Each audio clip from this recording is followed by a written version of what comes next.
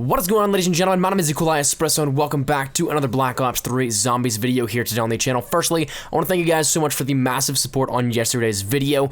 You guys absolutely blew my expectations away, but let's try and keep this one up here with this. It's another massive storyline video, but this one dealing with zombies. So if you do enjoy this, why not drop a like down below? It really does help the video, push it out there. But getting into it, who are the children?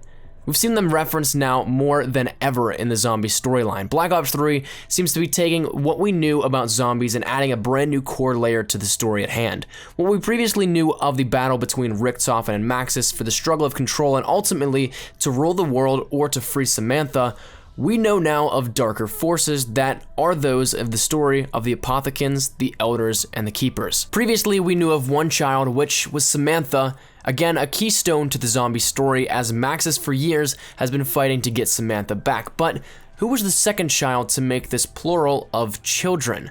We first see our children in the Origins ending cutscene. From there, we can see the characters take shape. At this point, we knew zombies wasn't over, but we did know then that the story opened up to a new layer, that previously the zombie story we knew of was actually a story within a story, being played by children with figurines. This is the first time that we saw a multi-level story as well as our actual children. We knew there would be more importance coming of this when Samantha proclaimed that her dad had a plan. So, we're going to talk about three different questions here. Who are these children? Why are they so important? And what is the plan? The first question is perhaps the easiest to grasp here. We have two children, Samantha and Eddie. We know this by the constant reminders of the Origins cutscene and from radios left behind by Dr. Maxis. Now the second question is not so easy to answer. Why are they so important to our storyline? We can go about this in a number of ways, all of which are theory, but would fall in line with our story quite well. One theory is that they are the only things in the zombies universe not tainted by the evil that surrounds it. We see that with the higher level of the story in the Apothecans, the Keepers, and worse, the Elders. There's a new breed of evil, and the focus is no longer on Maxis and Richtofen dueling it out, but rather they must team up to defeat the greater evil and protect the children. One thing that we have seen numerous times so far in Black Ops 3 Zombies is that the children will be safe in the house. We see this in various locations throughout the game, but most notably known for being on the map that was torn up and scattered across Shadows of Evil. What house is it? We have various theories that indicate that it may be the house from the Origins cutscene, but what is so significant that is now nearly guaranteed that they will be safe in the house? Well, the house is the only safe haven if we are understanding the clues correctly. We should analyze that the sirens from the Origins cutscene represent an impending threat, as sirens normally do. A threat of what, you may ask? That being the Apothecans. We know that the Apothecans once again are the higher evil in our story, but when they are after the children, perhaps they are alerted and Maxis can transport the entire house through the dimensions and time.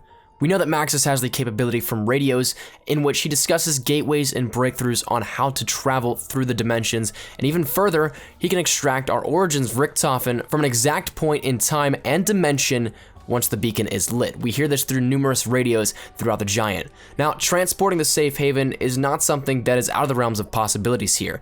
As for the Apothecans always being able to hunt down and find the house, we know that they can easily cross dimensions and time thanks to the summoning key. Now, as for the children and what they're exactly doing, there's a theory that they control the very essence of the game that we play, and their safety is integral. Otherwise, the universe in-game and above with them would cease to exist.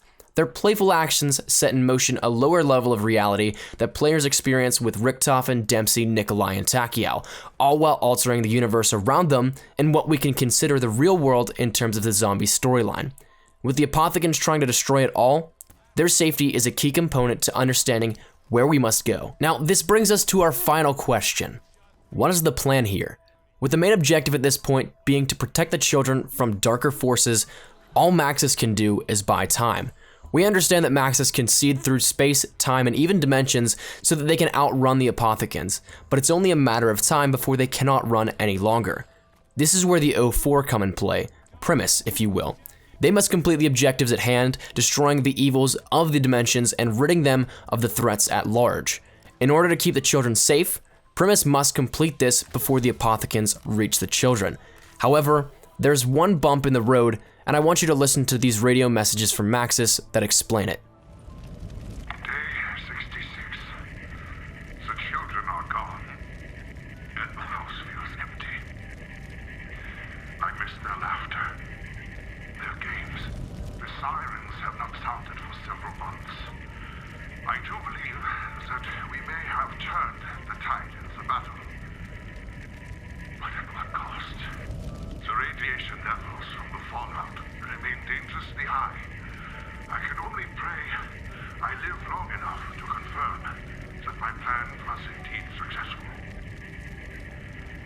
dark presence that has haunted our dreams and infected every facet of our existence has finally been vanquished.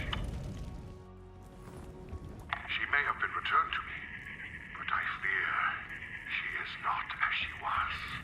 In recent months, she has barely said a word.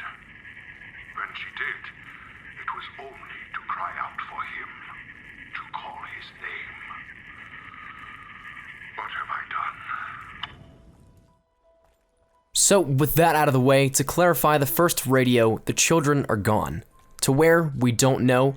We know that the sirens have not sounded, so the apothecans have been fought off or have been away from the house for months, but at the cost of losing the children. Maxis believe that they have turned the tide of the battle, but perhaps it is because the apothecans have tainted the children and their search is over. Perhaps Maxis is right though, that Richtofen and the rest of Primis have brought the fight to the apothecans. Nonetheless, the children are not in the house, and Maxis fears that he will not get closure. The second radio is a bit more eerie. Samantha is finally returned to Maxis, but she is not the same, presuming this is after the first radio message. She does not speak or communicate at all, and has no interest in playing the game Zombies. The only time that she has spoken to Maxis was to cry out for Eddie, who we can only assume has been taken, and for that, Maxis feels eternally guilty. As to where we go, that is yet unclear, but the apothecans are definitely still after the children, or at least our story has not concluded just yet.